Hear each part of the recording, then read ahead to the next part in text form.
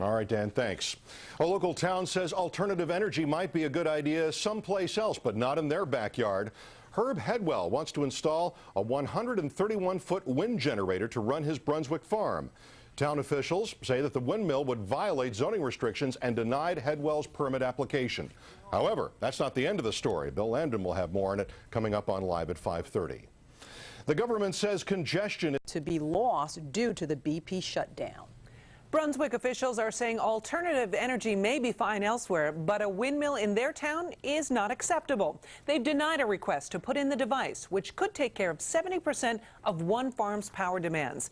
Bill Lambden has been working on this story and now has more. Bill? Lydia, 3 consecutive days last week and then again yesterday, Governor Pataki held public events promoting alternative energy projects as a way to break our dependence on foreign oil. Yet, within eyesight of the state capitol and in the hometown of the legislature's most powerful Republican, town officials are trying to stop a non-polluting alternative energy project. This is the hilltop where Herb Headwell wants to build his windmill.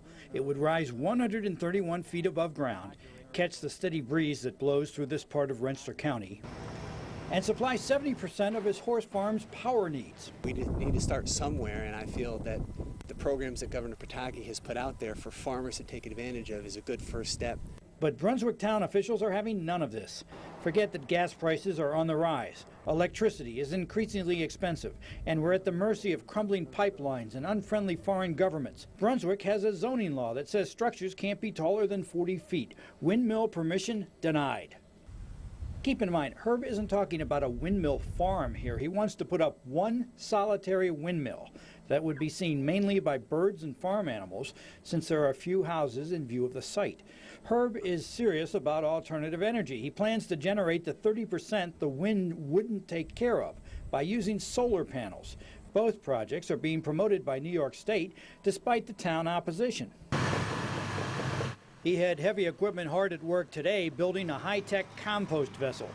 The town's permit denial doesn't appear to be the end of the line. The state's agricultural law appears to trump town regulations. Earlier this year, that law allowed a windmill downstate in a situation very similar to this one. But it's not approved here yet, and Herb still has to fight.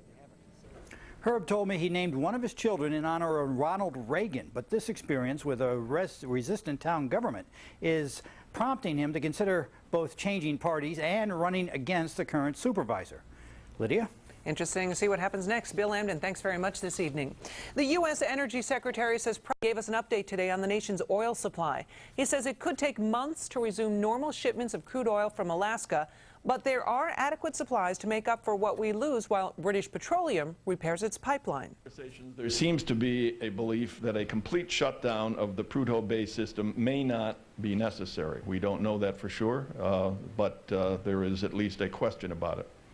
Bodman says oil can be bought from other producers, including Saudi Arabia and Mexico, to meet refinery needs. The price of a barrel of crude oil fell about 70 cents today. A local farmer is battling hometown officials over a project to save energy. Herb Headwell wants to build a windmill on his Brunswick farm. That device could provide him with 70% of the electricity he now buys. It's even promoted by state government. However, Headwell's town government in Brunswick doesn't approve. They say the windmill would violate zoning laws, and they've refused to issue him a permit. I mean, we all have a certain amount of time in the day to do what we have to do to survive, and I'm having to go to extreme measures to educate, to provide documentation for people that were voted into office to do a certain job and basically are not doing it. Headwell believes the state agriculture law will cancel the town zoning prohibition.